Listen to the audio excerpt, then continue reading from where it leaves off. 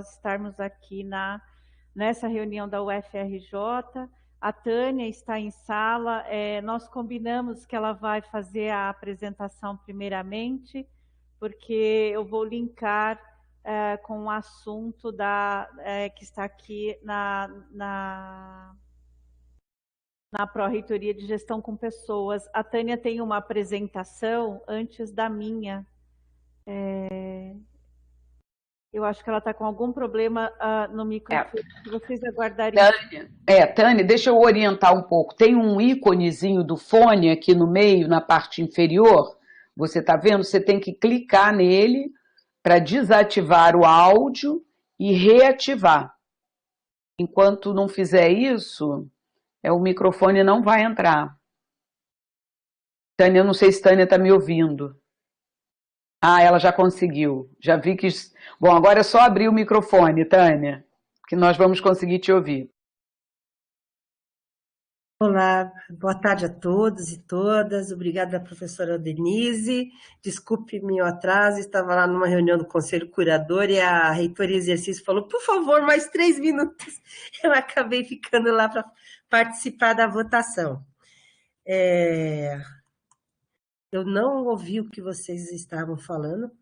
Estava agradecendo a sua presença, a sua disponibilidade, sua e da Elaine. Uma honra para nós, um prazer enorme ter vocês aqui hoje conosco. Obrigada, viu, Tânia? Obrigada. Nós que agradecemos aí pelo convite. É também uma honra estar aqui com a UFRJ, trocando experiências, né? Eu acho que isso agrega valor às nossas instituições, nos ajuda e nos fortalece, também nos ajuda a aprimorar os nossos atos de gestão, a ter avaliações, conhecendo a realidade das outras instituições. Eu tinha preparado alguns slidezinhos de abertura e depois ia passar objetivamente para a Elaine dar continuidade na apresentação e depois a gente fica à disposição para responder questionamentos, fazer diálogo aqui com vocês. Só que a apresentação que eu queria fazer não é essa que está na tela, eu não mandei. Então, se quem estiver dirigindo a sala puder me habilitar para apresentar, eu vou apresentar. Desculpa não ter enviado, eu vi que a Elaine... Acabei de te tornar apresentadora, Tânia. Fica à vontade. Muito obrigada. Eu fiz alguns poucos slidezinhos para trazer algumas questões de contexto, né? Pelo que eu entendi, o foco é a gente trabalhar aqui a questão do teletrabalho e as implicações da instrução normativa e como isso vem ocorrendo na universidade, apresentar a nossa experiência. Mas é importante a gente conhecer a instituição um pouco para saber de que contexto nós estamos falando. Então, eu trouxe aqui, nós temos 6 campi e uma unidade reitoria. A unidade reitoria e o campo fica junto com o campo São Paulo, junto não, no mesmo espaço geográfico aproximado. É diferente, bem diferente da UFRJ, que tem uma cidade, né?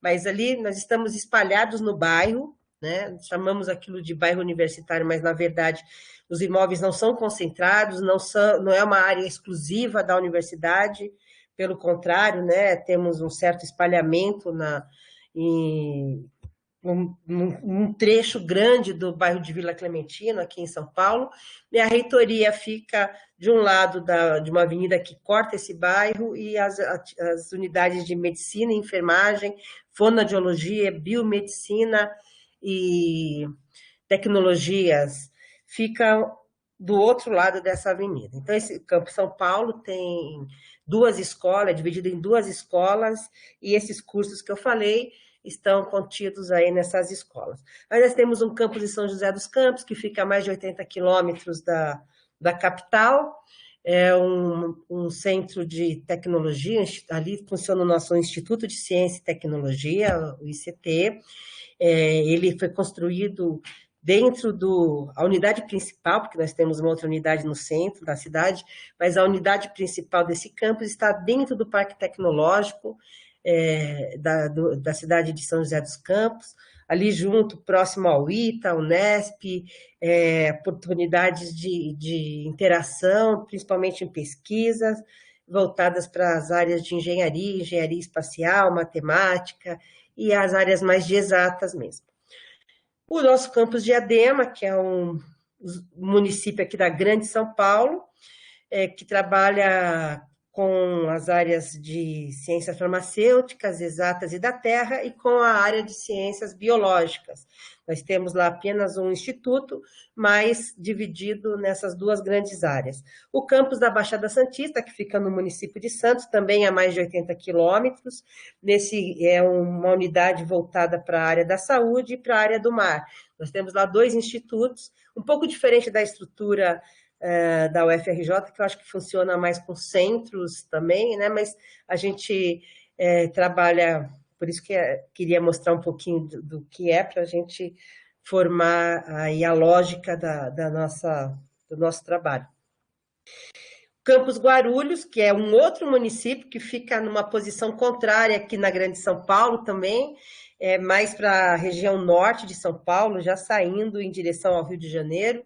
Guarulhos, esse nosso campus, ele tem uma escola de filosofia e letras e ciências humanas.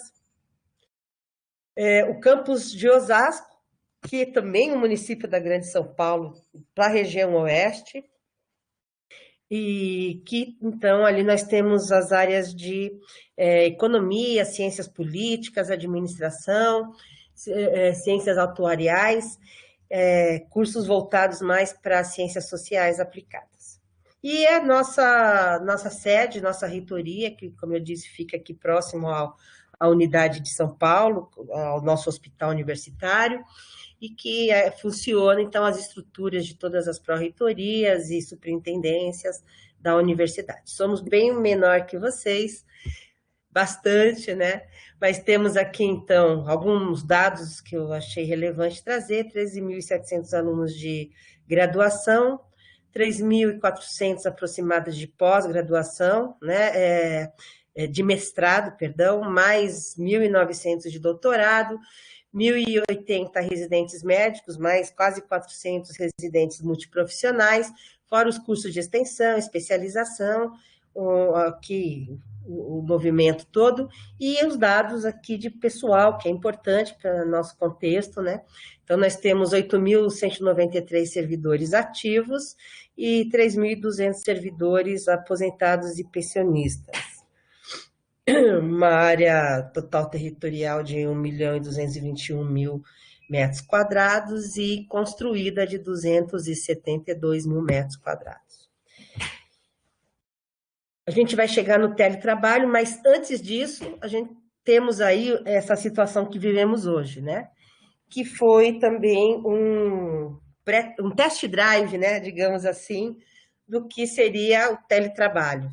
Claro que eu acho que a Elaine vai falar bastante, e é uma dificuldade que nós temos nesse momento de dialogar com a comunidade para explicar que o que nós vamos fazer como teletrabalho, não, apesar de estar à distância, trabalhando à distância como ponto comum principal, ele não é o que nós fazemos hoje, que é um trabalho remoto durante esse período de pandemia. São regulamentações completamente distintas, né? Bastante distintas, não vou dizer completamente, mas bastante distintas. Mas o que eu quero apresentar rapidamente, que isso são indicadores que também contribuiu para algumas questões das nossas avaliações em relação ao teletrabalho, foi essa pesquisa que nós fizemos aqui durante esse período de trabalho remoto. Então, rodamos um questionário entre servidores, né, docentes e tais. Aqui a pesquisa está apresentando separadamente total. Então, primeira questão, sobre condições domiciliares para o teletrabalho. A gente observa aí, foi uma pesquisa que teve um nível de resposta bastante razoável, até 959 mais 536, então cerca de 1.600 servidores responderam no total. Como nós podemos ver, a boa parte, 62%, respondeu que tem boas condições domiciliares para o teletrabalho. Então, com um local adequado para trabalhar, né? Ou seja, que consegue ter um lugar de tranquilidade, entendemos que seja essa a interpretação. O 34% respondeu que tem condições limitadas, ou seja, que divide com outra pessoa, tem condição, tem uma mesa de trabalho, tem equipamentos, mas que divide com outras pessoas, ou tem algum movimento grande no local e não considerou totalmente adequado. E apenas uma parcela pequenininha ali, 4%, tanto com docentes 4% e tais 5%, então bem próximo, que respondeu que não tem local adequado para trabalhar em casa.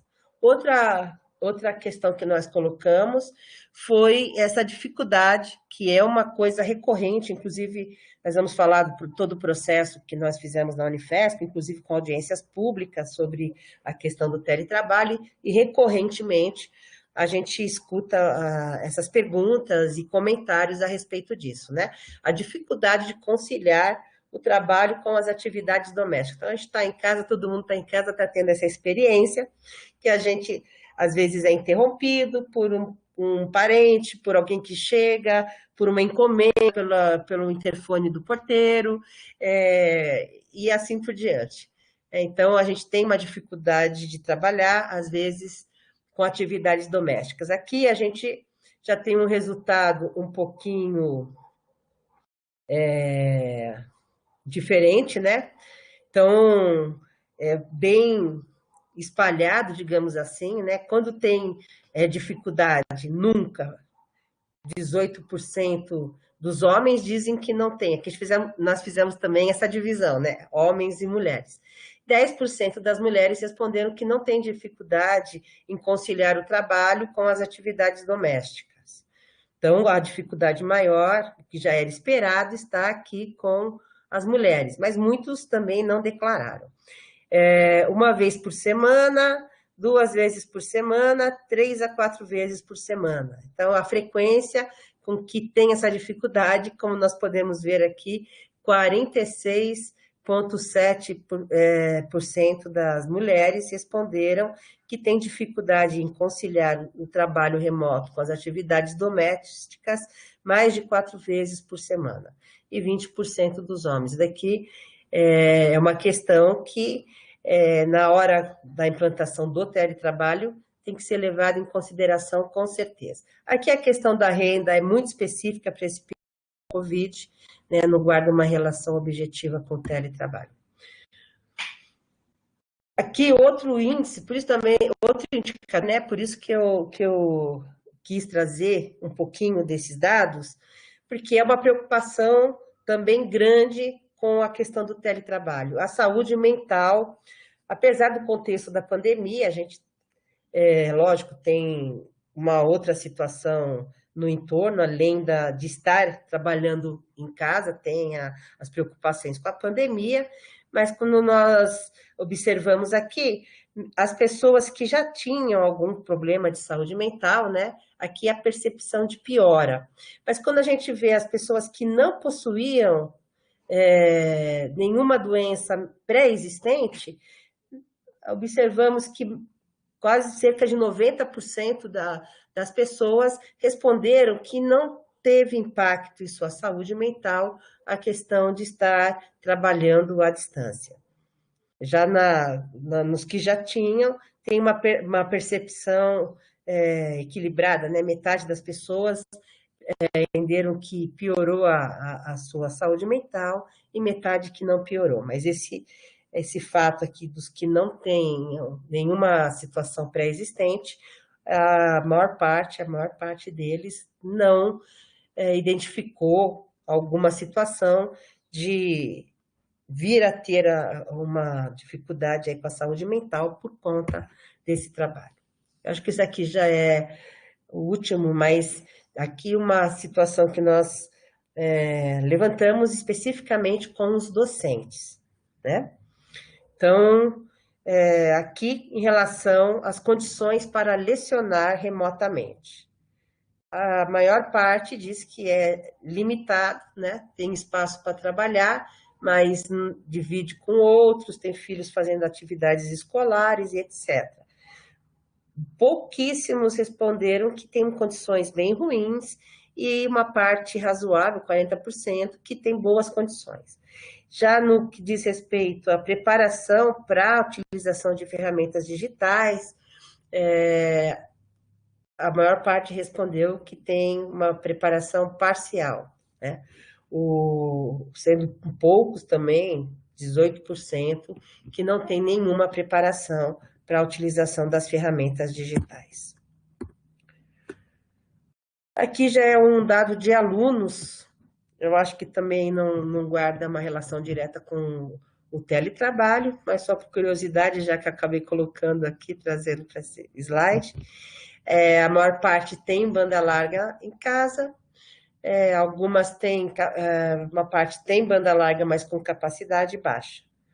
E a relação aqui que existe entre o PAP, né, os alunos com algum tipo de vulnerabilidade, que recebem auxílio de assistência estudantil e que tem dificuldade com a internet também. Então, quando a gente vê que não tem PAP, a dificuldade parece ser maior, e os que têm conseguido resolver isso de uma maneira melhor. Bem, eram dadas algumas informações preliminares de contexto, né, para a gente chegar aí no momento do teletrabalho. Então, eu quero passar para a Elaine, dar continuidade na apresentação, e ela vai falar um pouco, vai falar uma apresentação bem grande até. Ela vai colocar questões de como nós preparamos esse processo, mas para dar também um contexto. Quando chegamos ali no final de 2020, já identificamos uma possibilidade grande de, no início de 2021, haver, como não tinha sido prorrogada a validade da Lei 13.979, né?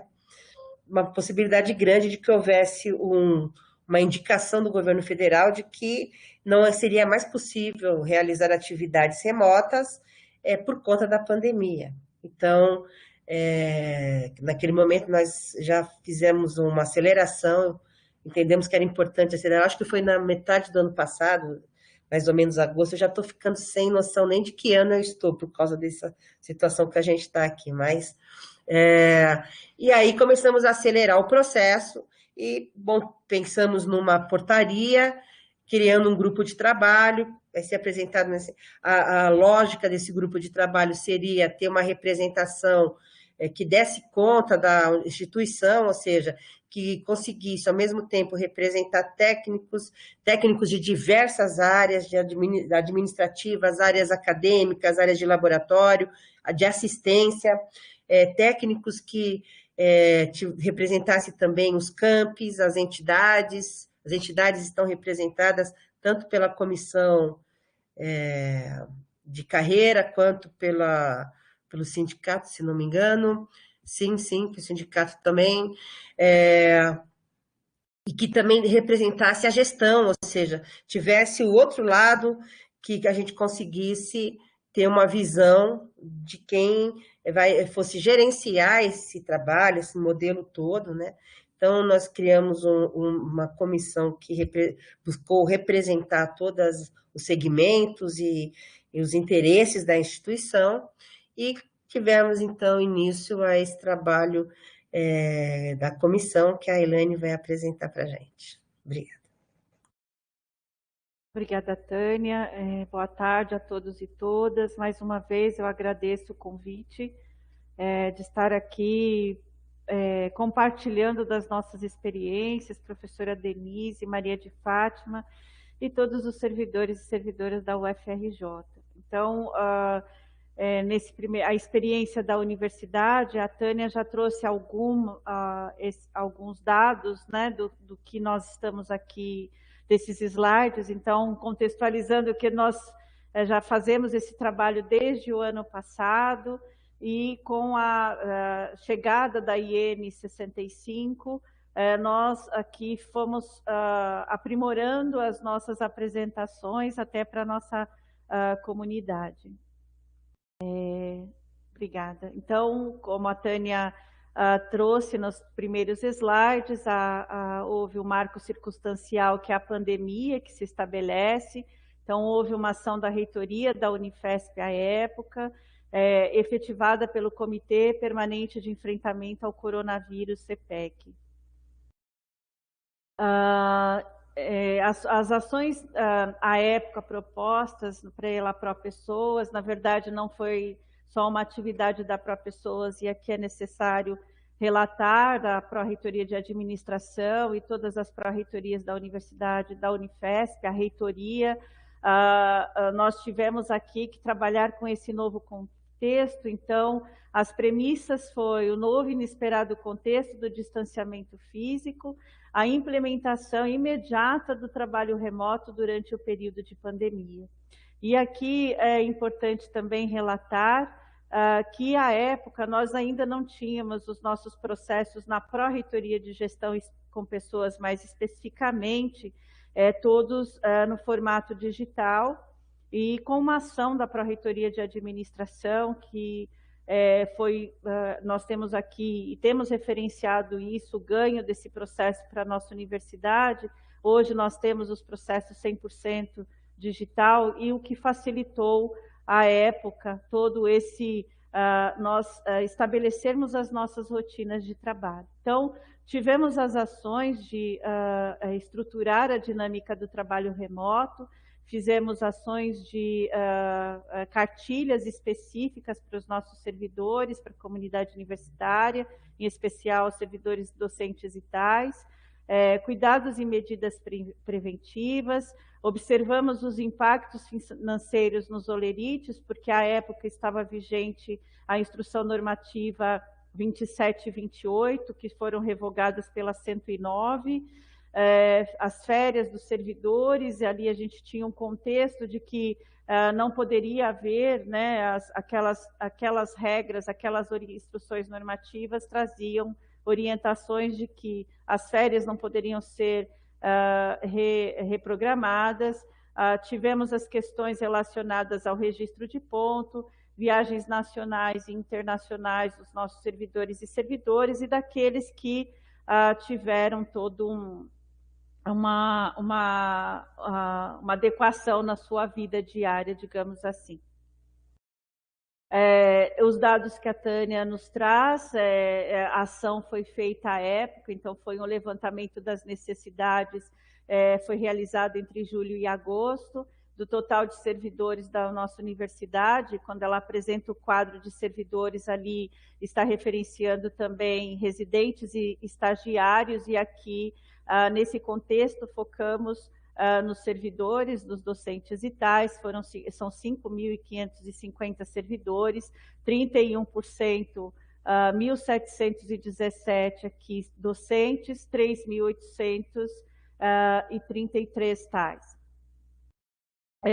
Em relação à aplicação desse questionário, o objetivo, como já foi trazido pela Tânia, realizar o levantamento das situações de trabalho durante a pandemia, né, considerando aquele marco temporal, planejar estratégias para adequações do teletrabalho e para um futuro retorno às atividades presenciais, e isso a gente está referenciando ali nos meses de julho e agosto, o total de servidores em trabalho remoto são 2.778 servidores, lembrando que nós temos o Hospital Universitário da Unifesp, que conta com 2.200 servidores, e que está predominantemente em trabalho presencial. Então, tivemos aí 56% de respondentes, 43% de tais e 57% de docentes, onde houve a participação de todos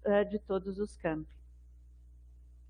As experiências positivas, né? O aumento da produtividade relatadas pelos servidores, aumento da produtividade em relação ao trabalho presencial, especialmente em relação às reuniões, o ganho de tempo devido à não necessidade de deslocamento entre trabalho e residência, a melhora na qualidade de vida, na alimentação, no autocuidado e da saúde mental, alívio emocional devido às tensões no ambiente de trabalho.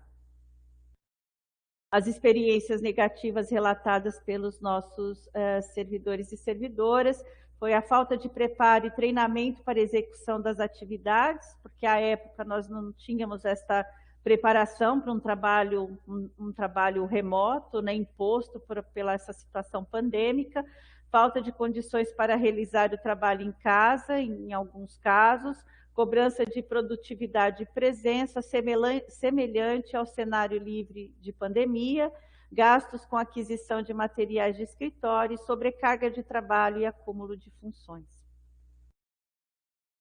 Aí nós entramos na IN 65, que é de 31 de julho de 2020, e aqui inicia esse processo de implementação do programa de gestão que prevê as seguintes fases, segundo a Instrução Normativa 65. A autorização pelo Ministro de Estado, a elaboração e aprovação dos procedimentos gerais, execução do programa de gestão e acompanhamento deste programa de gestão.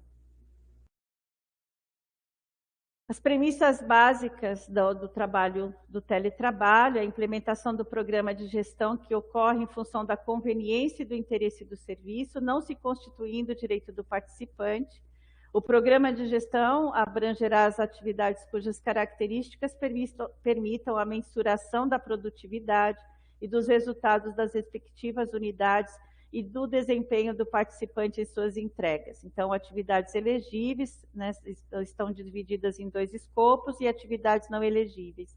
É importante trazer como também mais um tempero nessas informações, que nós, nessa estruturação do trabalho remoto da pandemia, também tivemos o nosso controle de frequência.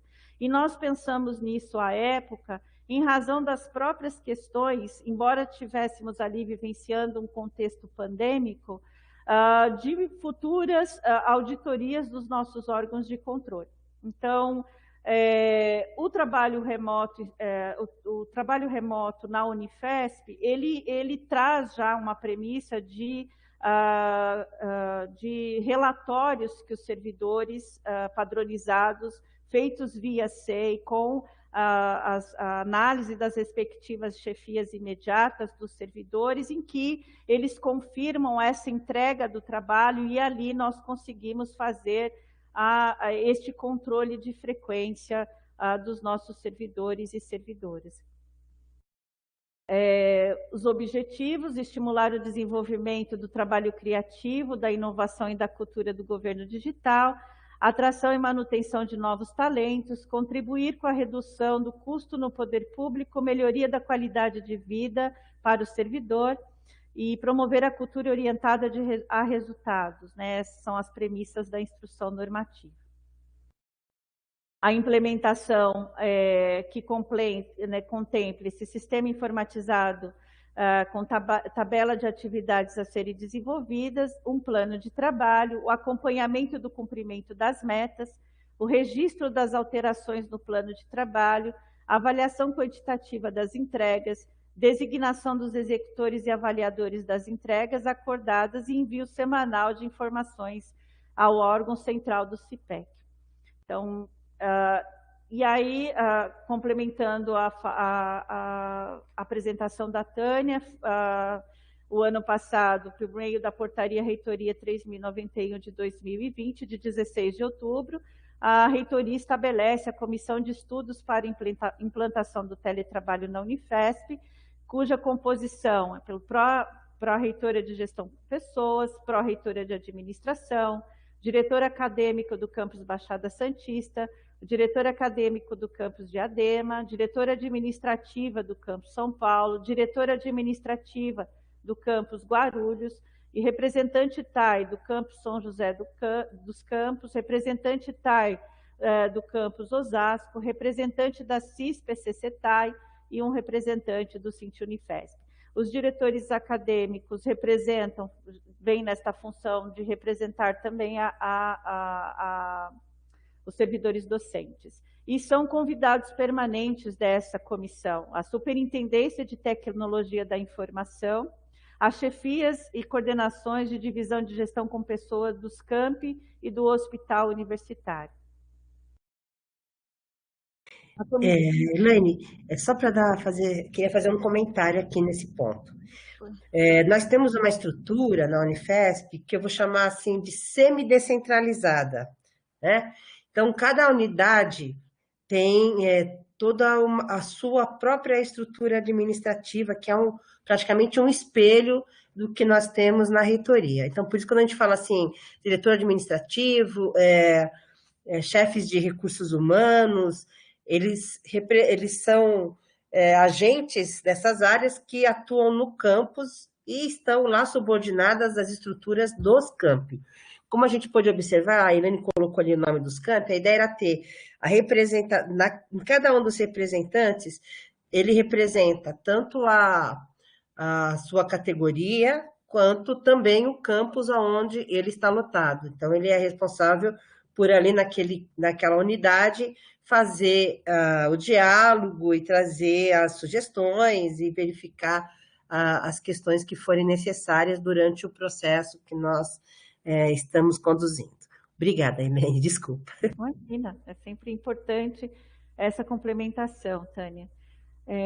Então, feito, se puder passar para o próximo slide, eu agradeceria. Perfeito, obrigada. Então, é a comissão de estudos do teletrabalho na Unifesp, ela tem reuniões semanais, todas as quintas-feiras, iniciou-se, né, esse processo todo em outubro de 2020. O término, nós colocamos como término, mas haverá aqui a continuidade deste trabalho, que eu vou referenciar mais à frente, que é exatamente a compilação do que nós recebemos de contribuição por meio da consulta pública à comunidade da Unifesp. Então, os eixos de atuação, procedimentos gerais de como será instituído o programa de gestão na Unifesp, conforme o dispositivo artigo 10 da Instrução Normativa, critérios técnicos necessários para adesão e modelos de documentos para plano de trabalho, avaliação e termos de aceite do teletrabalho. Nós realizamos aqui, como primeira ação, um webinário que contou que foi divulgado com participação ampla da comunidade. Ele foi realizado no dia 24 de novembro e contamos ali com presença, né, com convidados da FASUBRA, da Universidade de Brasília e da UFRN. E também fizemos audiências públicas com salas temáticas por áreas, então a área acadêmica, a administrativa e assistencial, que contou com a participação da nossa comunidade. Deste trabalho produzido nessas salas temáticas e a partir do webinário, a comissão, nós produzimos aqui relatórios sobre os assuntos discutidos nestas salas, que contou ali, em média, com a participação de 370 participantes entre tais e docentes, e a partir das dúvidas dos participantes, nós aqui construímos um FAQ que contém 41 perguntas e respostas sobre as questões relacionadas ao teletrabalho da IN 65. O estudo compilado, o próximo, por favor. Então, aqui nós apresentamos para vocês a estrutura da nossa resolução, que é mais no sentido de demonstrar, né, o que contém nessa nossa estrutura. Foram produzidas tabelas por grupo de atividades, e aqui foi essa construção, abrangeu as atividades de ensino, extensão, pesquisa, administração, desenvolvimento institucional, gestão de pessoas, apoio, assessoramento e controle, tecnologia da informação, gestão da comunicação, gestão de infraestrutura. E essas tabelas de atividades, elas foram separadas por grupo de atividades, com a descrição, o código dessa atividade, a faixa de complexidade, o valor para presencial, ou seja, o número de horas despendidas ali para desenvolvimento desse trabalho, o valor para o teletrabalho, que contém aqui também as horas destinadas para essa execução, ganho de produtividade e entregas esperadas de cada grupo aqui demonstrado. Então, também aqui a gente está trazendo a mesma, e até peço desculpas pela repetição, mas é porque a gente precisa fazer essa apresentação para a nossa comunidade. Por favor, pode passar.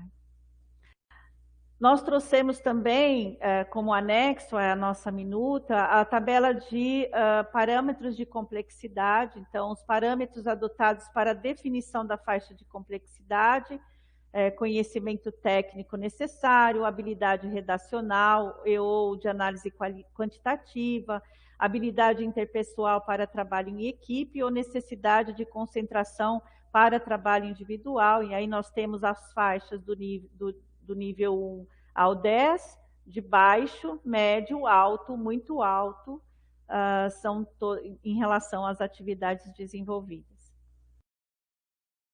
Aqui também a atividade é um complemento daquela tabela, então a atividade rotineira, necessidade de criatividade e inovação, todas essas faixas foram aqui contempladas no nosso anexo de parâmetro de complexidade.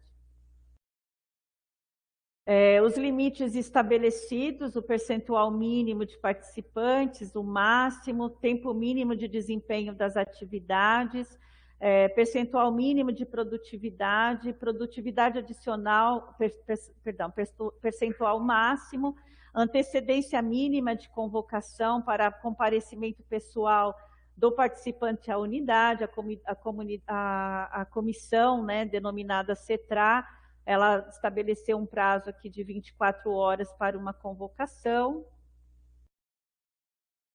A descrição do plano de trabalho, então, o que ele precisa conter, o detalhamento e descrição dessa atividade a ser desempenhada, os indicadores, objetivos de aferição de resultados, o quantitativo total de servidores na unidade, o quantitativo total de servidores que poderão participar do programa de gestão e experiência piloto, e o prazo de antecedência mínima, como referenciado no slide anterior, de convocação para comparecimento pessoal do servidor à unidade.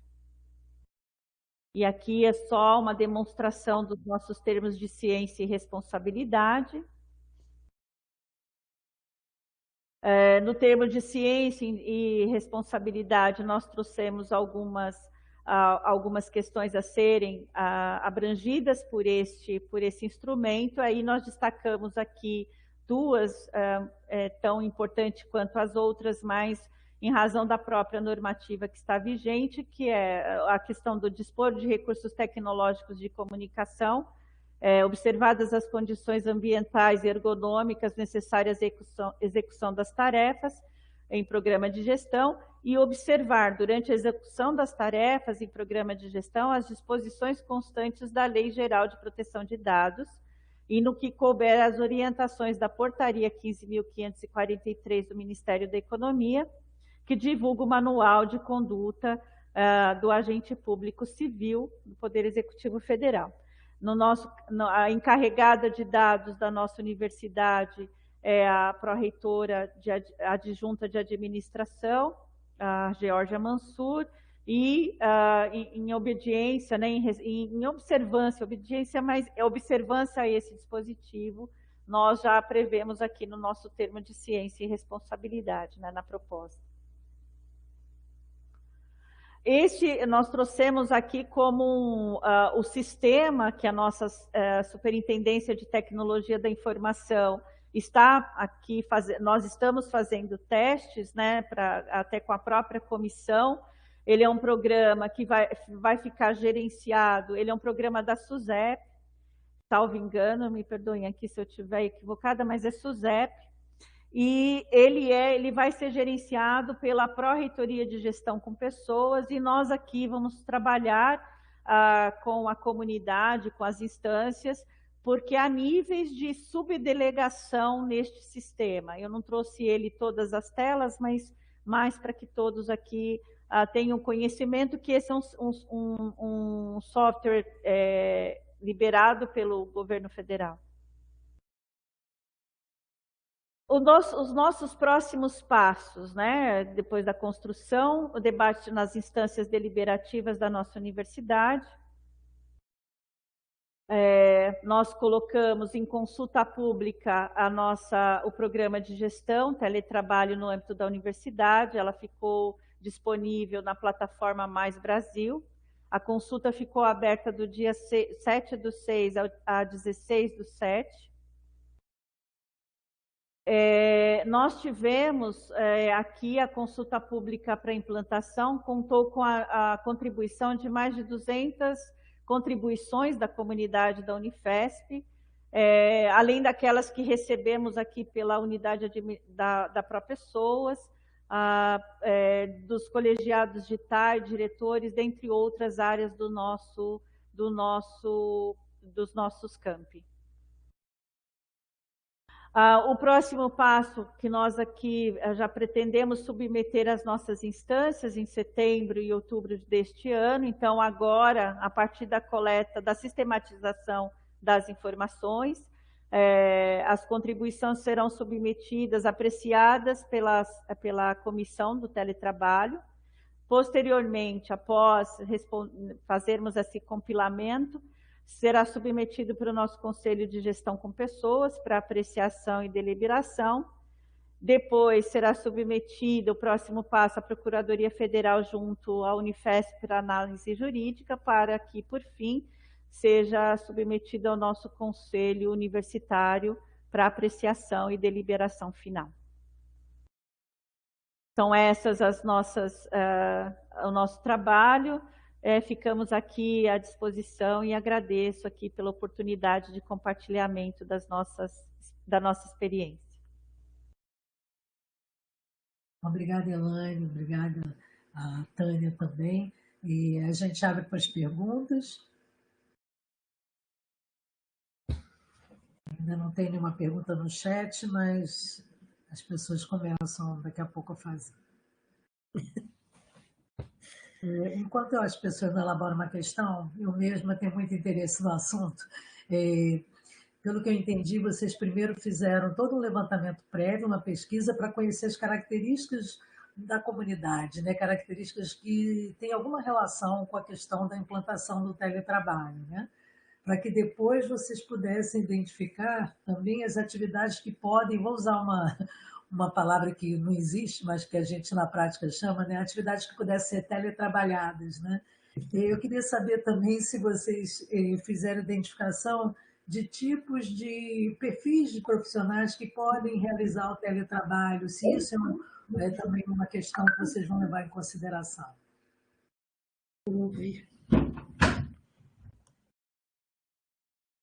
Sim, Fátima, esse estudo prévio que começou com o trabalho remoto, ele foi fundamental para desenvolver o nosso programa, a nossa proposta de implantação desse programa de gestão. Nós temos várias, né, como a Tânia colocou, várias unidades da nossa instituição, além de atividades desenvolvidas no hospital universitário e até por um pressuposto da própria instrução normativa, que ela limita, que, né, no sentido de aquele trabalho que demanda a presença física do servidor, né, o atendimento presencial né? A gente não pode ter uma redução desse atendimento, estariam ali, não estariam ali neste programa de gestão. Então, sim, a gente está levando em consideração todas essas questões, e nessas contribuições trazidas, né, nós já fizemos aqui uma primeira avaliação, que ainda vai ser submetida aqui para a nossa comissão. Há muitos servidores que trazem essa demanda, né, de quantificação desse trabalho remoto, como será, como que nós faremos aqui a minúcia deste trabalho. É desafiador para todas as áreas, a gente tem observado isso, né? Tem atividades que são predominantemente do ponto de vista administrativo, e a Tânia pode falar muito bem disso, porque essa é a dinâmica, né? Na pró-reitoria de administração, ali a gente já tem fluxos, processos que são predominantemente podem ser realizados na modalidade de teletrabalho, mas também nós temos outras atividades, e eu vou falar aqui mais propriamente da pró-reitoria de gestão com pessoas, que nem todas as unidades poderão estar neste fluxo de trabalho, né? A gente vai ter que ter uma mudança, inclusive, de mentalidade, porque a gente está falando de meta, né? A gente não está falando ali de cumprimento do horário de trabalho na sua forma mais conhecida. Eu vou passar para a Tânia, não sei se... Então, eu perdi um pedaço da pergunta da Fátima, que eu tive um problema aqui, tá vendo? Uma interferência doméstica na minha atividade remota. É bastante comum isso, né, gente?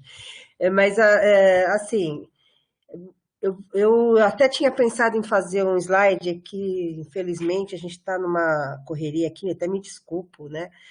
Sobre os principais pontos de discussão aí que são estratégicos, que são pontos de problema, que são pontos de questionamento, né, e que vão dar trabalho durante a fase de implantação efetiva, que a gente já tem conhecimento. A colega perguntou ali sobre os profissionais da saúde, por exemplo.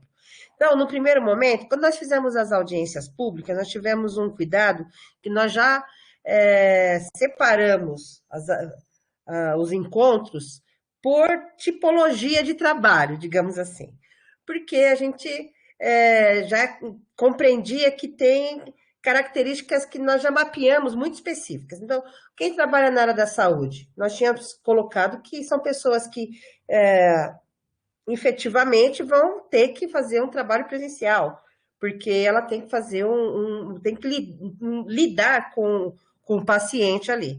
A administrativa, ela vai ser predominantemente à distância. Já o período de trabalho remoto serviu para demonstrar que a gente, praticamente 100% das nossas atividades tem viabilidade de serem feitas integralmente à distância. E tem alguma outra parte de servidores que, eventualmente, a gente vai ter um modelo mais híbrido, né? Por que esse modelo mais híbrido? Porque ele tem uma necessidade relativa de presença, que alguma parte do seu trabalho seria viável à distância, mas que teria que, de alguma forma, estar presencialmente alguns dias. E aí a gente incluiu, por exemplo, secretarias acadêmicas, a área de gestão de recursos humanos, de pessoas, e assim por diante. Administrativo dos hospitais.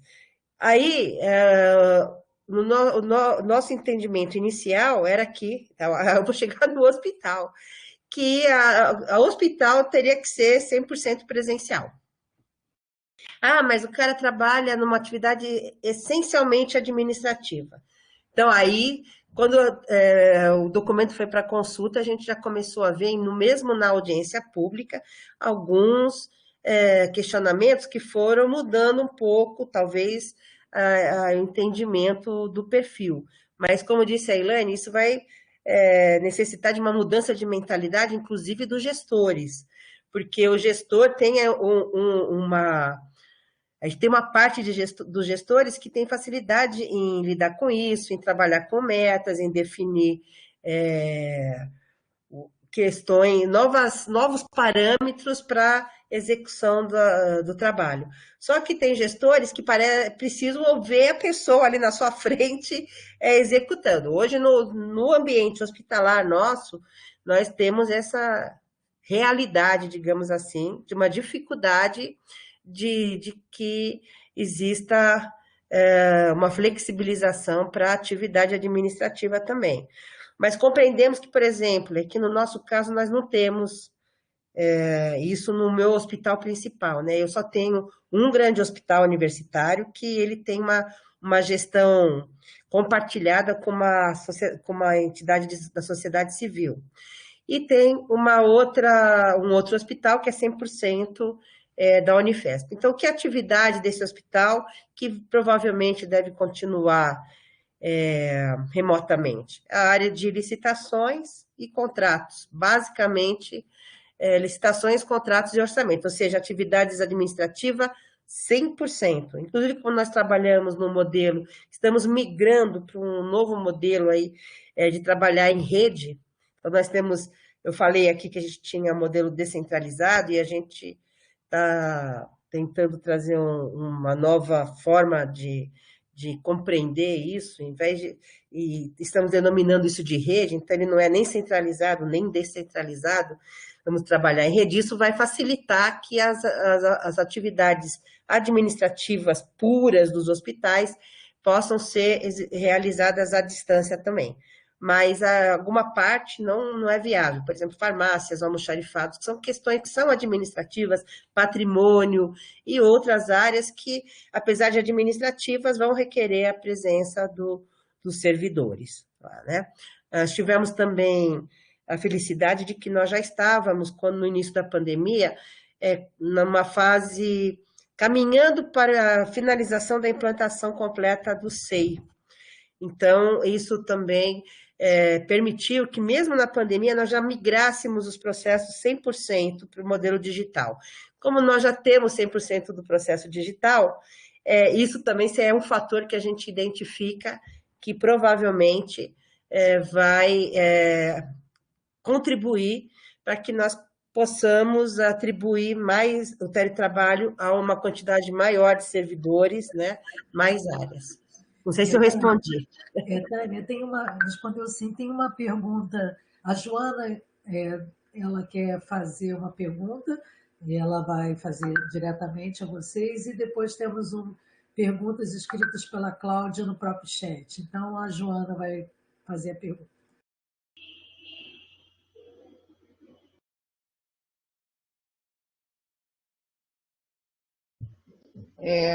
Boa tarde para todas e todos. Eu queria fazer uma pergunta que, para mim, não ficou claro se houve alguma consulta, alguma discussão com a comunidade universitária em relação ao desejo de aderir ou não ao programa de gestão, né, de acordo com a IN 65, seguindo aquelas diretrizes estabelecidas pelo Ministério da Economia, pelo governo Bolsonaro. Então, porque, pelo que eu entendi, a comissão ela começou a atuar já, né, a partir de um levantamento que vocês fizeram, de que houve uma participação grande em trabalho remoto durante a pandemia, sendo que todos fomos levados de uma forma não opcional ao trabalho remoto em razão da crise sanitária, né? Claro. Então, todos criamos as possibilidades para manter a institucionalidade das nossas universidades, assim o fizemos aqui na UFRJ. Então, o teletrabalho, como já foi colocado, é completamente diferente do trabalho remoto. Então, pelo que eu entendi, foi instituída uma comissão já com uma posição fechada de que iria aderir ao programa de gestão conforme as diretrizes da IN 65 e, a partir disso, começou a se trabalhar conforme está apresentado.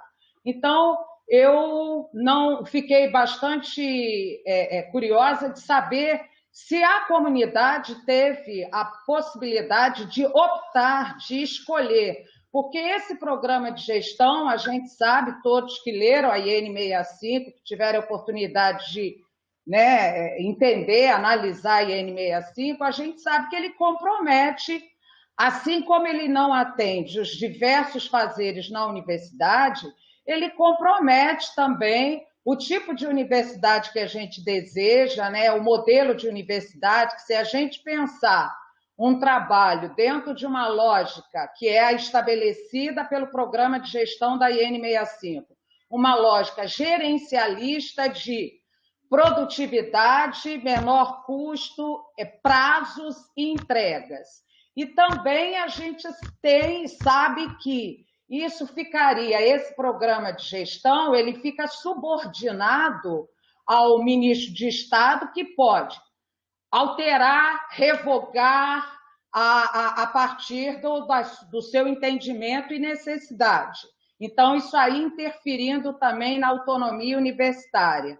Então, eu queria saber se a comunidade Unifesp teve a oportunidade e se teve, de que forma isso foi feito, de decidir se adere ou não ao programa de gestão antes de todo esse processo iniciado que foi apresentado aqui. Obrigada. Perfeito. Nós já tínhamos, na verdade, uma demanda anterior. Então, nós já estávamos trabalhando no modelo de teletrabalho que existia antes, na outra normativa. O Instituto Federal, lá em São Paulo, já trabalhava com esse modelo e havia uma demanda muito grande dos técnicos para que a Unifesp implementasse esse modelo. Então, na verdade, a gente já tinha essa demanda da própria comunidade anterior ao início da pandemia.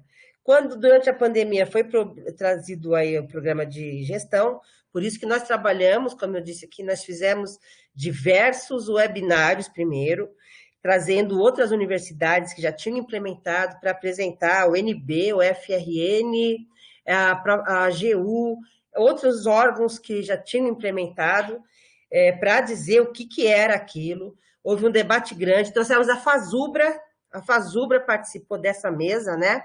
E colocou todas as questões que estão sendo tratadas aí no âmbito dos sindicatos, da federação dos sindicatos das universidades, né, dos técnicos. Então, nós fizemos primeiro essa mesa, foi uma mesa de debate, mas com uma participação bastante intensa da comunidade que estava participando, e depois fizemos as audiências públicas com essa finalidade também, com participação de todos, né, para a gente poder captar. Qual é a linha que está sendo encaminhada, inclusive pelas próprias entidades, digamos assim, né? O sindicato não se manifestou formalmente, a comissão mas participa da comissão, né? Participa da comissão, e a Comissão Interna de Supervisão de Carreira também participa da comissão e se manifestou de alguma forma lá. Nós estamos tratando como uma opção, ou mais uma opção do modelo de jornada que nós teremos na universidade, porque hoje nós já temos 30 horas, né? Temos a jornada normal, temos 30 horas e vamos oferecer essa possibilidade. Os servidores têm colocado isso do outro ponto, né? Do outro lado, trazido isso, eles entendem assim, por isso que também nas nossas pesquisas, nos debates da audiência, a Elaine colocou apenas que fizemos relatórios, mas ela não apresentou dados desse relatório, porque nós tivemos relatores de cada audiência pública, era mais de um relator, e depois esse trabalho foi apresentado. É um trabalho que está bem longo, demorado, que a gente está tomando todo esse cuidado, conhecemos o que tem de fragilidade no modelo, o que tem de benefício, e os servidores entendem, boa parte deles, como um ganho de qualidade de vida, de possibilidades de flexibilização dos seus horários, de melhor condição de atuar com seus filhos e etc. Então, essas respostas, essas demandas, por isso nós demos prosseguimento. Mas, como disse, nós estamos agora entrando em fases de aprovação pelos conselhos. E aí o debate ainda tem esse outro passo. Mas, na prática, por exemplo, várias questões que nós colocamos na nossa norma para corrigir algumas situações que eventualmente poderiam ser, digamos assim, limitadores. Questões que foram também encaminhadas durante as audiências públicas. Por exemplo, horário de trabalho versus produtividade ou quantidade de trabalho. Então, nós tivemos muitos debates com a comunidade sobre esse tema específico e, por exemplo, decidiu-se que o servidor pode morar em outra localidade, se desejar, desde que ele atenda em 24 horas, consiga chegar se for necessário. Ele não tem um horário definido de trabalho, ele pode realizar atividade em qualquer horário.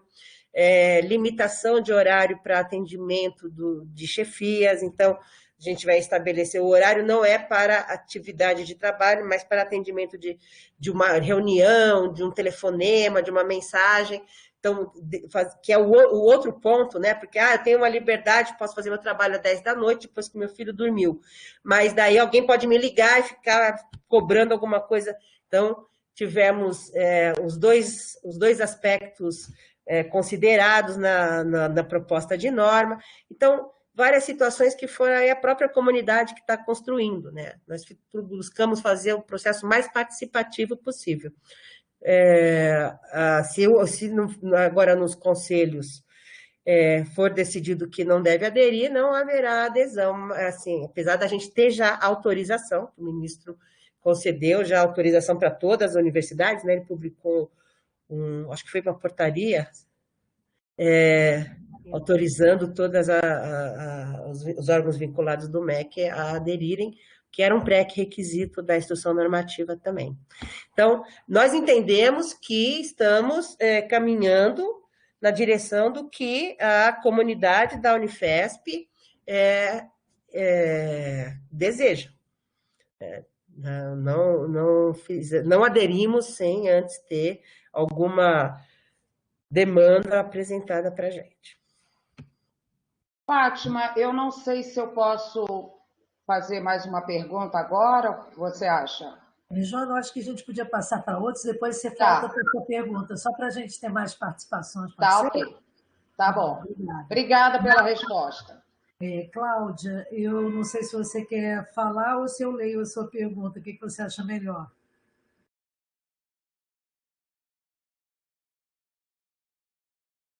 Então, acho que vocês estão lendo aí, né? Ela está dando parabéns pelo trabalho, por compartilhar o estudo da Unifesp, e ela tem duas questões. No questionário não foi perguntado aos tais e docentes se no retorno às atividades presenciais gostariam de aderir ao teletrabalho. É a mesma pergunta que a Joana fez, né? Vocês têm uma estimativa se haverá aderência a esse programa? Então, é essa a primeira pergunta. A outra é quais as vantagens para a administração da universidade para implantar o teletrabalho? No questionário, Cláudia, que nós fizemos na época, a gente não tinha previsibilidade do retorno presencial ainda. Então, foi em meados de junho, julho do ano passado. O que ele... então, naquele momento, a gente não fez essa pergunta de previsibilidade para um teletrabalho, porque era o trabalho remoto que estava ali vigendo, né? A instrução normativa, ela entra em outubro, então a gente até ali não tinha. Em relação a essa, dentro do que a Tânia traz, né, do que a gente tem conversado com a comunidade nessa participação, que começou lá na IN 01 de 2018, as maiores dúvidas dos servidores, e isso chega, né, nesse contexto, porque você tem ali algumas perdas, né? As perdas, como que vai ser a recomposição disso e se haverá uma recomposição pela própria instrução. Nós não temos ali, como todos aqui acompanham, já tem a propriedade dessa instrução, nenhuma previsibilidade de um aporte de auxílio na questão do teletrabalho. Então, é lógico que, por ser um programa que vai depender da adesão do servidor, ele não é obrigatório, é mais essa modalidade de trabalho de trabalho, de jornada, entre aspas, de trabalho, e é nesse contexto também, né, como nós não tivemos tempo aqui de até trazer compilar algumas questões que surgiram da comunidade, porque nós encerramos esse processo agora, dia 16 de julho, e a gente está nessa fase de sistematizar e apresentar para a comissão, que também a gente vai levar para os conselhos, e certamente teremos mais alguma reunião com a comunidade. Então, naquela época, nós utilizamos aquele parâmetro que nós tínhamos, mas também esse desejo dos servidores que já vinham se manifestado e também puderam se manifestar nessas audiências e reuniões que nós realizamos. A estimativa se haverá aderência a esse programa, não temos ainda essa estimativa, porque vamos fazer aqui o nosso levantamento, que é essa segunda fase que a Tânia referiu. E quais as vantagens para a administração de implementar o teletrabalho? As vantagens para a administração é no sentido de viabilizar os processos que são realizados. Eu acho que eu não sei se aqui a gente pode falar da economia desses processos, que não é só isso, a gente também entende aqui que esse teletrabalho precisa ser, do ponto de vista de saúde do servidor, ele precisa ser acompanhado, e a gente está trabalhando as nossas estruturas para que a gente também consiga ter esse aporte, que é algo que é trazido aqui pelos nossos servidores, no acompanhamento desse trabalho, desse teletrabalho. Num primeiro momento houve, entende-se como uma obrigatoriedade, mas ele não é, ele é um trabalho por adesão. Eu não sei se a Tânia quer falar, complementar mais alguma coisa. Nós não fizemos um questionário, mas temos a percepção a partir das ações e das solicitações, da participação intensa nas audiências públicas, né? E a minha percepção é que a adesão será bem grande. Aliás, o que a gente tem é muito servidor que, a princípio, não se enquadraria, tentando fazer qualquer esforço para se enquadrar, né? Então, até solicitação, perguntas que a gente abriu para perguntas e recebeu por escrito, fizemos o FAQ, por exemplo, médicos solicitando a viabilidade de trabalhar com telemedicina, fazer consultas por telemedicina. Temos servidores da área acadêmica, por exemplo, de atendimento a estudante, que estão querendo propor modelos de trabalho a partir do que está sendo feito na pandemia, para garantir que eles também tenham enquadramento no teletrabalho. Então, o que a gente não fez a pesquisa, mas por percepção, o que a gente achava que ia ser uma coisa com uma acomodação até mais tranquila, ou seja, pessoas que, obviamente, teriam trabalhos mais alinhados com a possibilidade de ser feitos à distância, no fim, a gente está vislumbrando uma outra realidade, uma busca muito, muito grande dos servidores por essa modalidade, por assim dizer, de trabalho. Até, inclusive, nós temos lá na Unifesp aquele grupo das mães da ciência, né? Eu encontrei alguns... Esqueci o nome certinho, mas nós tivemos uma reunião com essa comissão a semana passada, eles pediram uma reunião... Tânia. Materna Ciência. Materna Ciência, isso, obrigada, Elaine.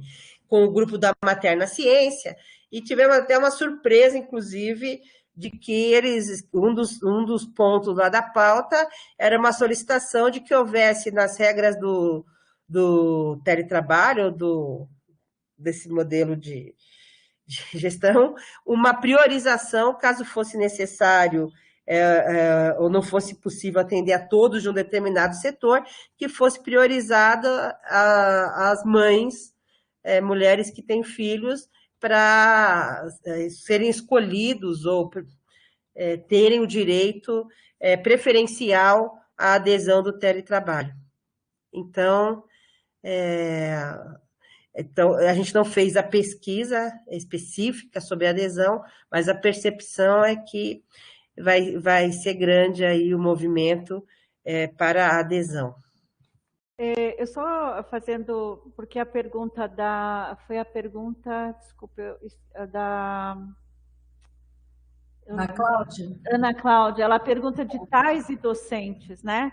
Na questão do pessoal docente, num retorno, né, gradual, seguro, presencial, gradual, seguro, no contexto de um pós-pandemia, as atividades acadêmicas per si, demandam a presença do docente em sala de aula, porque a gente está falando ali de aulas presenciais. Então, pelo próprio contexto da instrução normativa, há um entendimento, né? Isso é lógico que vai ser discutido, mas a atividade docente per si, ela demanda a sua presença física, né, em sala de aula. Então, aqui na Unifesp, predominantemente, essa adesão partirá mais dos técnicos do que da atividade docente. Eu só gostaria de fazer esse acréscimo, porque ficou incompleta a minha resposta. Eu sou moderadora que adoro fazer pergunta, né? Então eu fiz uma pergunta lá no grupo. Vocês pretendem fazer acompanhamentos profissionais que aderirem a teletrabalho após a sua implantação, no tocante à adaptação à modalidade? Com certeza, isso está nos planos, né? Em diversos aspectos, né? Inclusive na questão do acompanhamento da área de medicina do trabalho, né? Eu acho que isso é imprescindível. Aliás, assim, falando em pontos de fragilidade que gerou algumas dúvidas, uma delas foi, por exemplo, acidente de trabalho. Você está indo da sua casa para o serviço, por exemplo, de ônibus, e o ônibus bate, você tem uma queda, você está coberto por acidente de trabalho. E na sua casa, vou dizer que você está em casa e você mora num sobrado e vai descer a escada e leva um tombo da escada. É acidente de trabalho? Então, existem diversas questões aí que a gente está trabalhando, desenvolvendo, estudando, construindo a respeito de temas, mas acompanhamento, principalmente de saúde mental, de lesões por repetição e outras que são identificadas que podem ter relação com o tipo de trabalho mais só com computador e etc., a gente já tem algum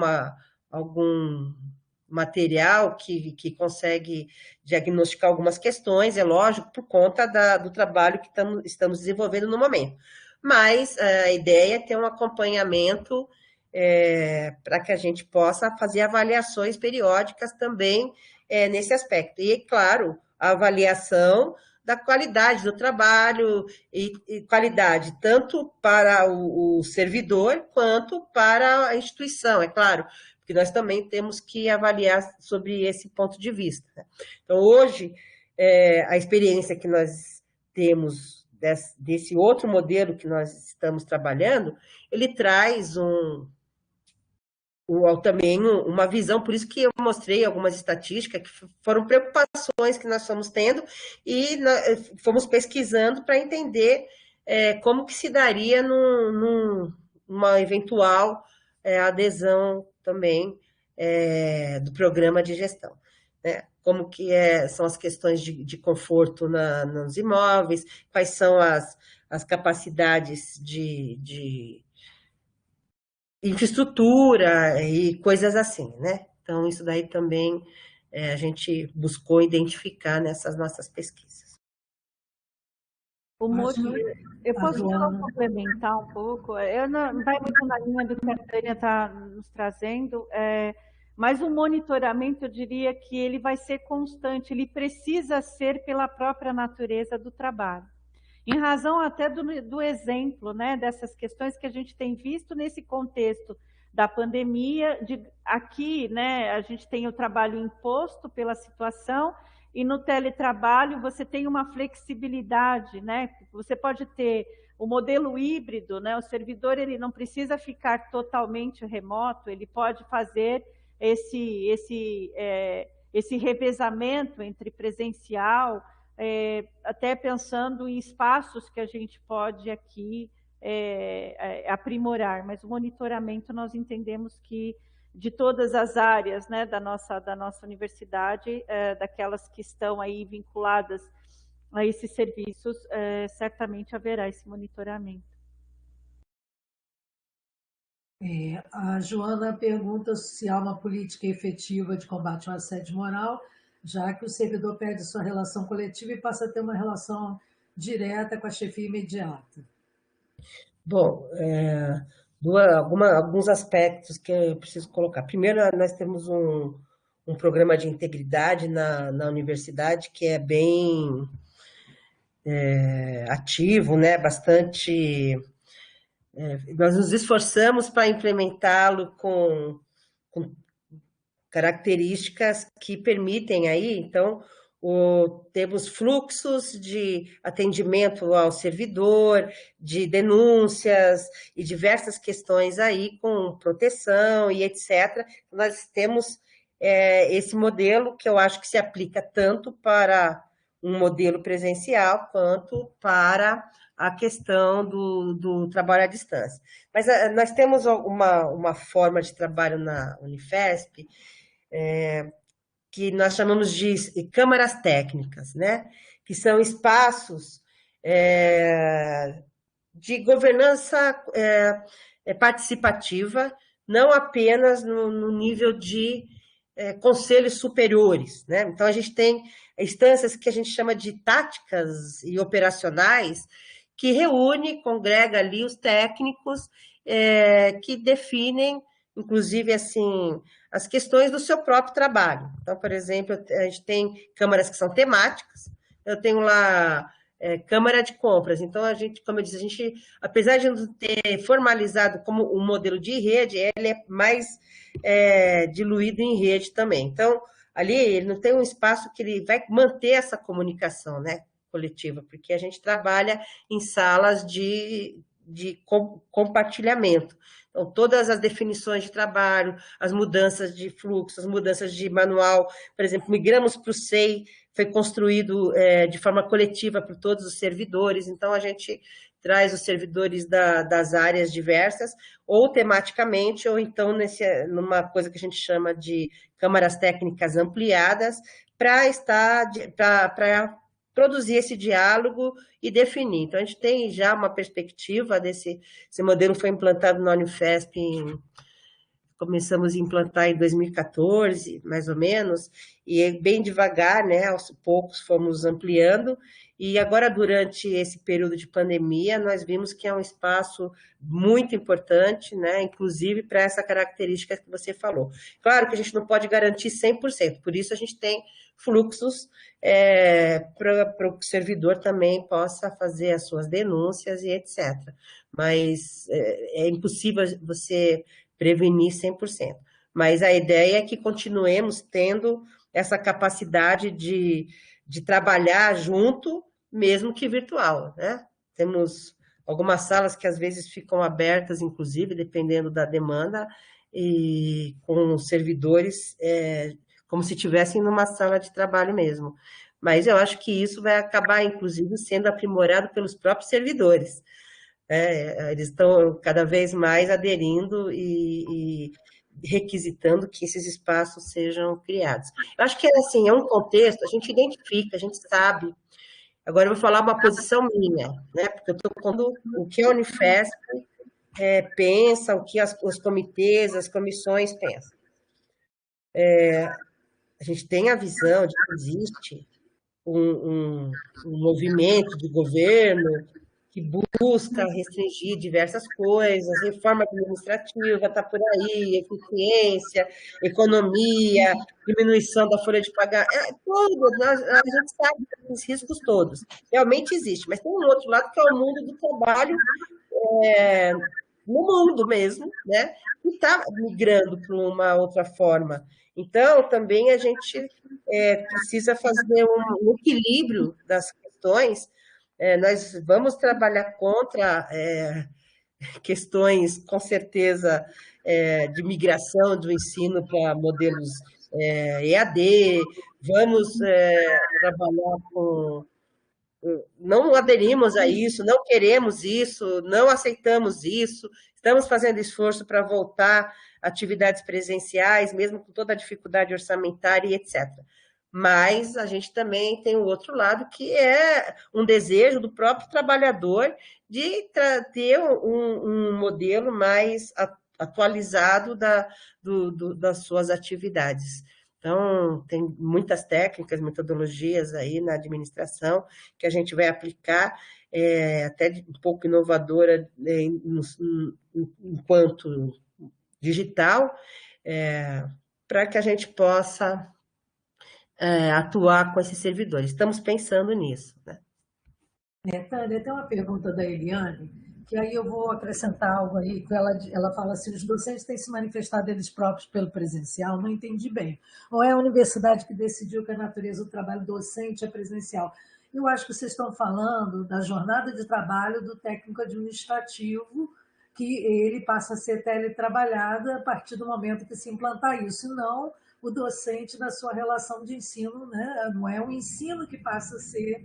O teletrabalho não é para o ensino, é para o trabalho que se realiza administrativamente, não é isso? Exato. Tivemos questões nessa minuta, né, nessa consulta pública,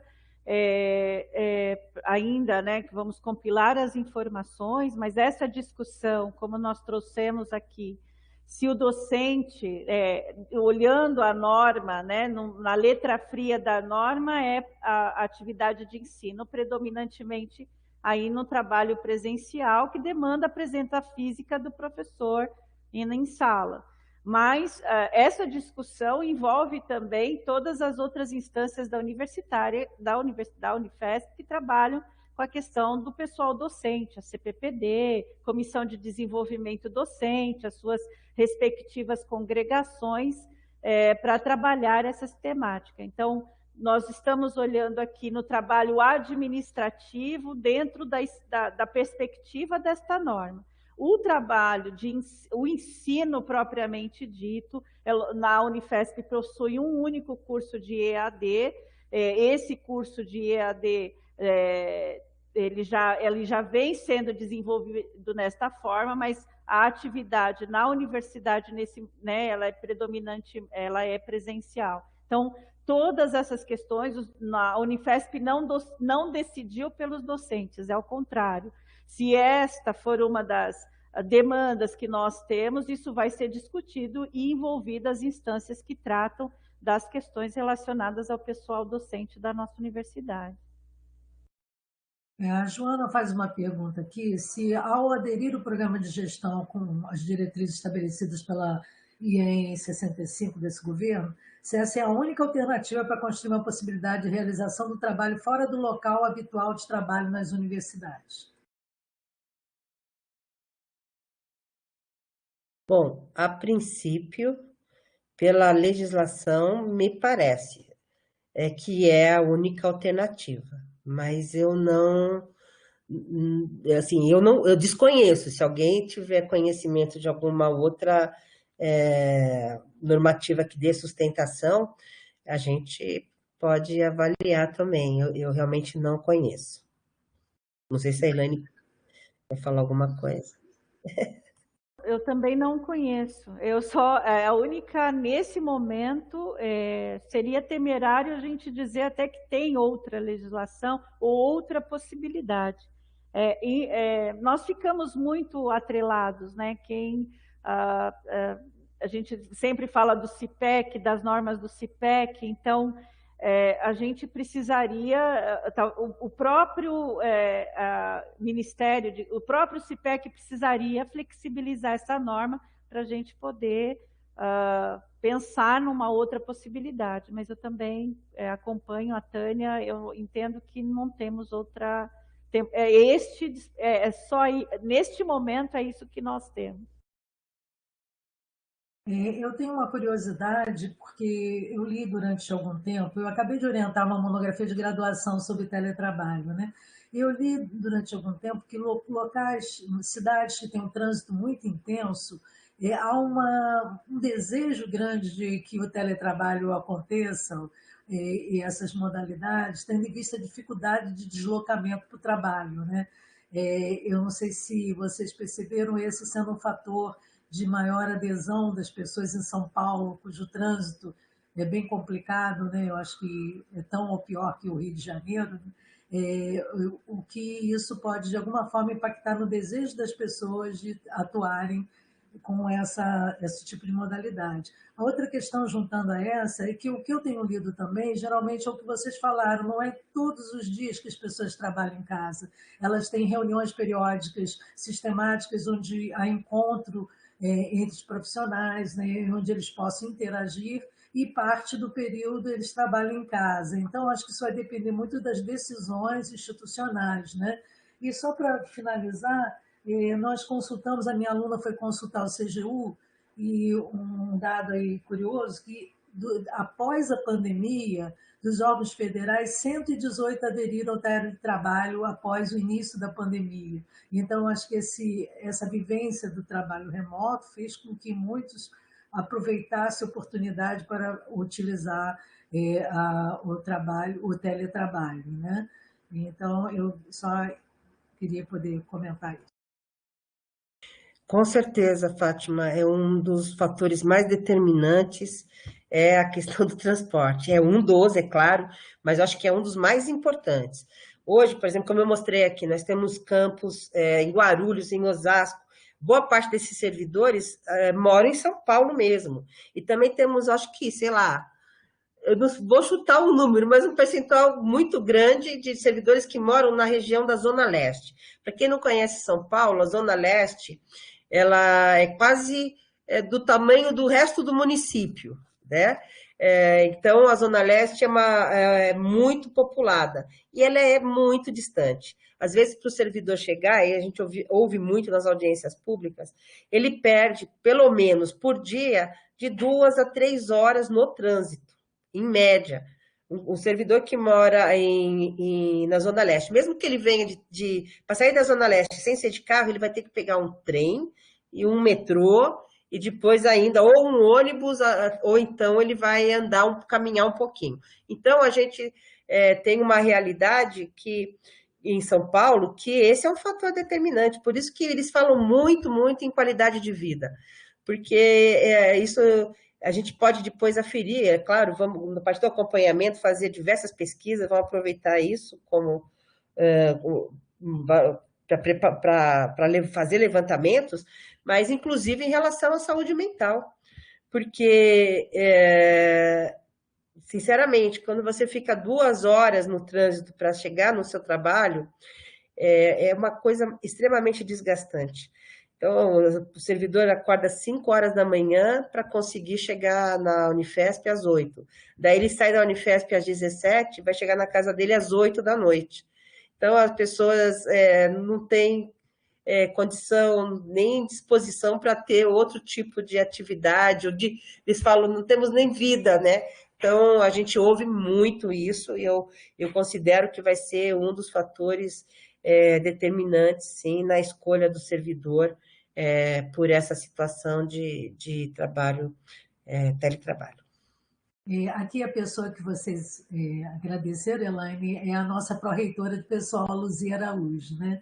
Então, aqui tem presentes alguns pró-reitores, aqui nessa audiência, a nossa reitora, e a Joana faz mais uma pergunta, que se não é muito preocupante transferir para os servidores em teletrabalho, conforme esse programa de gestão, a responsabilidade pela gestão de documentos institucionais.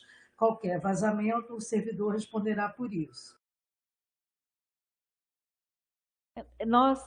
Inclusive, nós trouxemos essa previsão até em razão da própria Lei Geral de Proteção de Dados.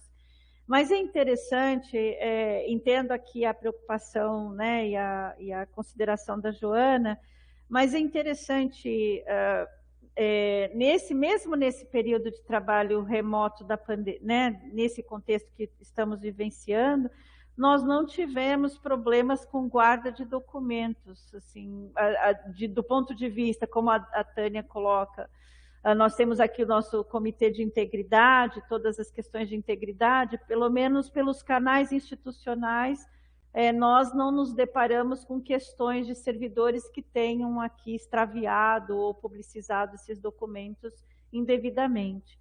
Então, é algo a ser considerado. Se trata, lembrando, né, que o servidor adere a esse sistema, né, ele adere a este plano de trabalho. Então, aí tem as condições ali para serem observadas, como temos aqui no nosso contexto de um trabalho presencial, por exemplo. Tânia. Lembrando que nós temos 100% dos nossos processos digitalizados. Então, se existe algum documento físico, é raríssimo.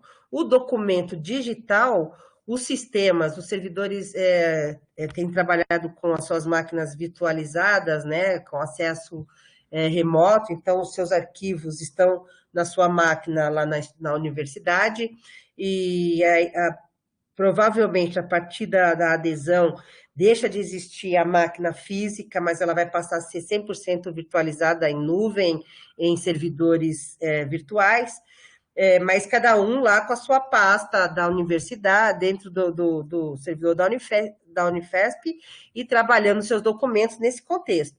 Os documentos que são trabalhados dentro desse contexto, ou seja, em sistemas da instituição, inclusive SEI, e nas suas máquinas virtuais, são acompanhados pela segurança da informação da universidade. Isso foi, inclusive, uma apresentação feita pela STI. O que não será coberto é se o servidor resolver pegar documentos dos sistemas da universidade e trazer para um ambiente não seguro, de uma máquina dele ou salvar numa nuvem pessoal, né? Então, a gente, é claro que tem o risco, sempre vai ter risco. A gente tem risco com o servidor trabalhando presencial também. Mas é uma questão de mudança de mentalidade mesmo e de acompanhamento e de seguir os preceitos e as normativas internas da instituição quanto ao tratamento de documentos que são da instituição, né? Mas hoje a gente trabalha 100% dos processos já virtuais, já digitais, perdão. Tânia, a Joana acrescenta, mas acho que você já respondeu. Ela diz que não é o servidor que fará isso, mas a invasão de sistema, equipamentos que ele use domesticamente, mas acho que de alguma forma vocês já falaram, não é isso? Então, se ele usar a máquina virtualizada, quer dizer, porque mesmo que ele esteja no notebook dele, se ele traz a sua área de trabalho da universidade e abre essa área de trabalho no notebook dele, ela é protegida pelo sistema de segurança da universidade. Como eu disse, agora, se ele faz lá, não, vou baixar esse documento aqui, vou colocar na minha máquina. Pode acontecer, se ele vai fazer, mas não teria necessidade, porque ele vai poder, ele tem a máquina virtual dele. Então, o desktop dele, da Unifesp, está lá. Hoje, a gente faz acesso remoto das máquinas físicas e estamos fazendo um projeto para migrar isso virtualmente. Então, essa parte de trabalhar com as informações dentro desse modelo vai estar na segurança. Como eu disse, a gente vai ter sempre uma margem de risco aí de alguém querer baixar um documento, alguma coisa do tipo. Mas a ideia já estamos trabalhando dessa forma. E como a Elaine disse, pelo menos que tenha chegado ao nosso conhecimento, não tivemos nenhum problema com relação a isso, a uma captura, a um hackeamento, a menos que não tenha sido notificado ou que não tenha sido identificado pela pessoa propriamente dito, mas não chegou ao nosso conhecimento nesse período de 1 ano e meio que nós estamos praticamente remoto, de que tenha ocorrido. Tânia e Elaine, eu acho que nós não temos mais perguntas. Eu vou aguardar um minutinho para ver se alguém quer fazer mais alguma pergunta. Senão, a gente passa para a nossa reitora encerrar. A Lúcia está escrevendo, eu não sei se ela quer fazer alguma pergunta. E algumas pessoas com dificuldade com a conexão, elas estão escrevendo porque tem essa dificuldade, né? Então, a Lúcia ela é chefe de gabinete da reitora, né? E ela está agradecendo a vocês, achou muito bom. Eu também agradeço muito, porque esse é um espaço de discussão, esse GT tem como propósito planejar e subsidiar com esses debates as ações de planejamento do retorno da universidade. Então, foi muito interessante ouvir uma universidade que já tem sistematizado o seu planejamento para o emprego do teletrabalho. Acho que todos nós aprendemos com vocês, e esse carinho de vocês de serem convidadas em cima da hora e aceitarem o convite. E sabemos que pró-reitores têm agenda muito complicada, vocês conciliaram as duas agendas. Então, eu estou muito feliz, agradeço muito, tá? E espero a gente se reencontrar um dia presencialmente para poder se conhecer. Obrigada. Eu que agradeço. Eu sei que a professora Denise tem ainda uma palavra para dar, só queria fazer uma complementação, que eu li a frase dela de novo, falando de invasão. Olha, invadir sistema, invadem a da NASA, o da Polícia Federal, vai invadir qualquer um, né? Inclusive a da Unifesp, independente de ser na casa do servidor ou de ser aqui. Mas o nosso trabalho é para que isso não ocorra. Então, só porque eu li a frase ali, professora Denise, me desculpa, mas eu quis fazer essa observação complementar aí. Muito obrigada, Tânia. Nem sei como agradecer você e Elaine. Realmente foi uma tarde enriquecedora para nós. E eu quero parabenizar vocês duas pela seriedade, pelo comprometimento com a universidade pública. A Unifesp melhorando a cada ano nos deixa muito orgulhosos. Que todas as universidades possam avançar e melhorar, porque é assim que a gente atende cada vez mais as demandas da sociedade, que nos mantém, não é verdade? Então, eu quero parabenizar. Eu já escutei a Tânia outras vezes lá na Andifes, né, Tânia? A Elaine, eu acho que eu não tinha escutado ainda. Então, um prazer te conhecer. Tânia, eu já conhecia. Um prazer te conhecer. Elaine, parabéns para vocês duas. Vamos continuar juntos, tentando construir esse novo, né, esse novo ambiente, que é a possibilidade do remoto. Eu utilizo o SEI da minha casa, assim como os e-mails e os DoctorSigns e todos os sites que a gente assina por eles. Realmente é um ambiente seguro, porque nos pede senha, nos pede, aliás, dependendo do processo, não sei, mais de uma senha, mas poder ser invadido ele pode ser, mas não é porque está na nossa casa. Em qualquer ambiente ele será invadido, como Tânia muito bem falou. Há problemas no presencial e há problemas no eletrônico, mas sem dúvida o eletrônico veio para ficar. Então, ou nós nos adaptamos, ou vamos ficar para trás, não tem jeito. E quanto mais lentamente nos adaptarmos, pior será, não só para nós, mas principalmente para as nossas instituições, né? Então, em tudo tem o lado bom e o ruim, mas sem dúvida nenhuma, o SEI, por exemplo, ele agiliza muito, né? Ele agiliza os processos, a análise.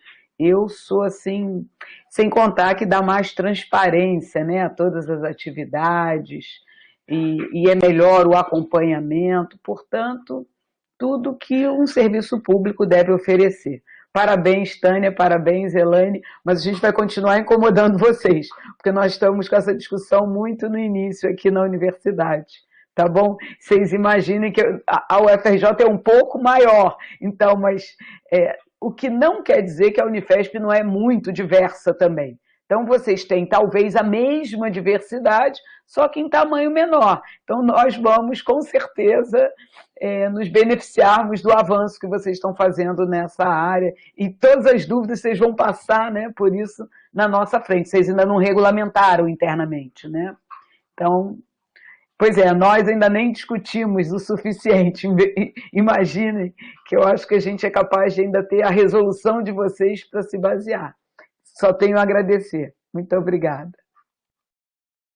Professora Denise, eu agradeço mais uma vez o convite, o honroso convite. De fato, as nossas agendas são bastante intensas. A Tânia conversou comigo, eu logo entendi prontamente, né, de estar aqui. A gente se organiza. Eu quero também aqui agradecer a Luzia, a pró-reitora de Gestão com Pessoas da UFRJ. Eu conheço a Luzia do Forgep, a gente tem tido contato. E muitas vezes eu me socorro aqui da UFRJ, dessas questões de pessoal com a Luzia. Então, para mim é uma honra, realmente, eu ainda não tenho essa inserção da Tânia na Andifes, ali no Forplad, eu estou aqui, fui, entre como colega de gestão ano passado, fui reconduzida esse ano, então, para mim é uma honra, agradeço, estou à disposição, certamente a área de gestão com pessoas, e assim como a Unifesp está à disposição da UFRJ, de todos, para a gente trabalhar em conjunto. É muito bom trabalhar em conjunto, é um trabalho, todos ganham com essa construção. Também agradecer muito, dizer que me senti muito honrada também. Por um acaso, essa agenda deu certo, o conselho curador lá foi alterado das 3h30, era 3h30, mas não vou poder ir, por isso que logo também, aí depois passou para as 14h, então a gente conseguiu conciliar de alguma forma, e como já tinha sido reservado aquele pedaço de agenda, então eu consegui fazer o encaixe. Mas assim, estamos nessa fase de aprovação nos conselhos, professora. A nossa meta aí em outubro já ter aprovado ou não, né? Porque os conselhos que decidem, é claro. Mas estaremos assim um passinho sempre na frente de vocês. Então, a nossa experiência depois também podemos contar como que vai se dar efetivamente a implementação de todo esse processo aí. Agradecer a Fátima, Maria de Fátima, né? Que nos convidou. O Eduardo, meu companheiro lá do Farplad também, que eu estou vendo que ele está aqui, também participou com a gente algumas atividades lá na Unifesp. Essa parceria é sempre bem-vinda. Já estive na UFRJ também há um tempo que a professora Denise ainda não era reitora, um pouquinho antes, falando sobre licitações e contratos, que é bem a minha área aí. Era instrutora da ESAF, da ENAP, então a gente tem essa expertise e tive a oportunidade de estar aí com vocês também para falar desses temas. Nos colocamos novamente à disposição e estamos abertos aí. E gostei do seu teclado ali atrás, tem um aqui atrás de mim também, tem um piano. Um abraço a todos e bom trabalho, e sorte para a UFRJ aí no desenvolvimento dessa política aí para vocês. Sucesso. Obrigada. Na próxima sexta, para as pessoas do GT, nós continuaremos com esse assunto, falando dos debates que se iniciaram aí com o GT da Instrução Normativa 65, tendo a Joana e a Ana Maria apresentando, e nós vamos continuar discutindo. Muito obrigada, tá? Boa tarde a todos. Boa tarde. Obrigada, Ralf, pela indicação. Obrigada, Denise.